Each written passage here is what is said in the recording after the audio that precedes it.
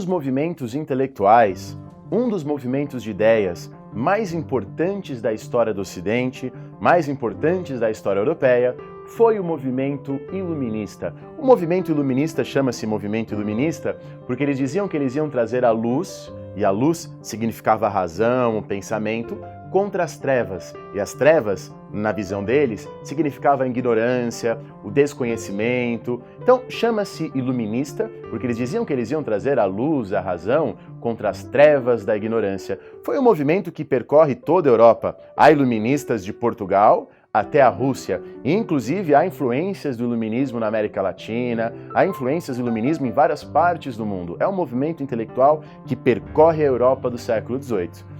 E um dos elementos fundamentais do iluminismo, uma das características mais importantes da filosofia da corrente iluminista do século XVIII, é a defesa da razão. É claro que se eu falo hoje razão, as pessoas falam, nossa, professor, a palavra razão é uma palavra abstrata, cada um tem a sua razão.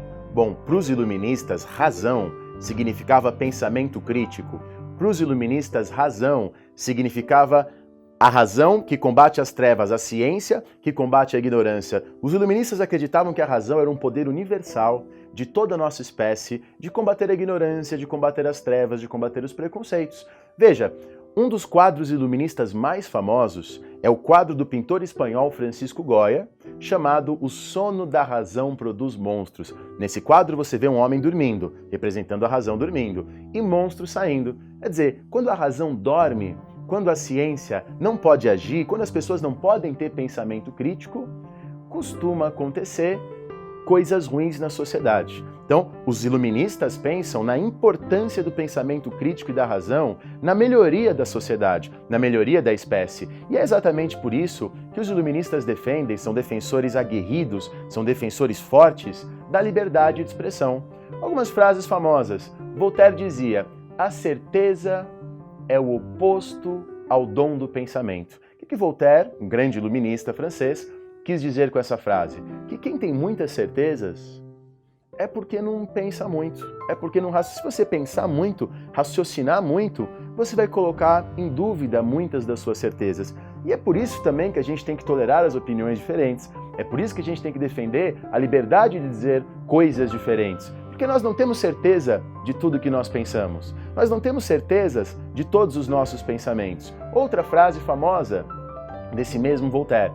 Um preconceito é uma ideia que não foi submetida ao tribunal da razão. Quero dizer, um preconceito é uma ideia que você tem sobre a qual você não pensou muito. Claro, uma certeza, uma verdade da ciência, é uma ideia que foi submetida à prova, à discussão. Uma ideia que não foi submetida à prova, não foi submetida à discussão, à experimentação, ao debate, ao raciocínio crítico, é um preconceito. Veja, os inimigos da razão não são a dúvida. René Descartes, um filósofo que é um dos antecessores do iluminismo, René Descartes dizia que a dúvida é amiga da razão. A dúvida ajuda a razão a se desenvolver. Quer dizer, se você tiver dúvidas, você vai atrás, você pensa, você raciocina. A dúvida ajuda a nossa razão. A dúvida ajuda o desenvolvimento do nosso pensamento. O inimigo da razão não é a dúvida. O inimigo da razão é o dogma. O que é um dogma? É uma verdade absoluta. É uma verdade incontestável. O dogma, o preconceito, esses são os inimigos da razão. E não a dúvida. A dúvida é amiga da razão. Então devemos defender a liberdade de expressão, devemos defender a tolerância. Há um iluminista inglês muito famoso chamado James Mill. E seu filho, já no século XIX, depois do iluminismo, Stuart Mill, será, junto com o pai, um dos grandes defensores da liberdade de expressão. Stuart Mill mostrava 3 argumentos para a gente defender a liberdade de expressão. Primeiro, a liberdade de expressão, a discussão, ajuda a sociedade a se fortalecer. Se nós somos humanos, somos limitados e não temos certeza de tudo. Portanto, é preciso que haja discussão, é preciso que haja debate para que nós possamos avançar como sociedade. Por isso, exatamente, que devemos defender a liberdade de expressão, a tolerância. Nós não temos certeza de tudo que nós pensamos. Nós, com certeza, temos rachaduras nos nossos pensamentos. Então é importante que as pessoas digam coisas diferentes do que a gente pensa para que a gente refine as nossas ideias. Então a liberdade de expressão, em primeiro lugar, ajuda a sociedade a avançar.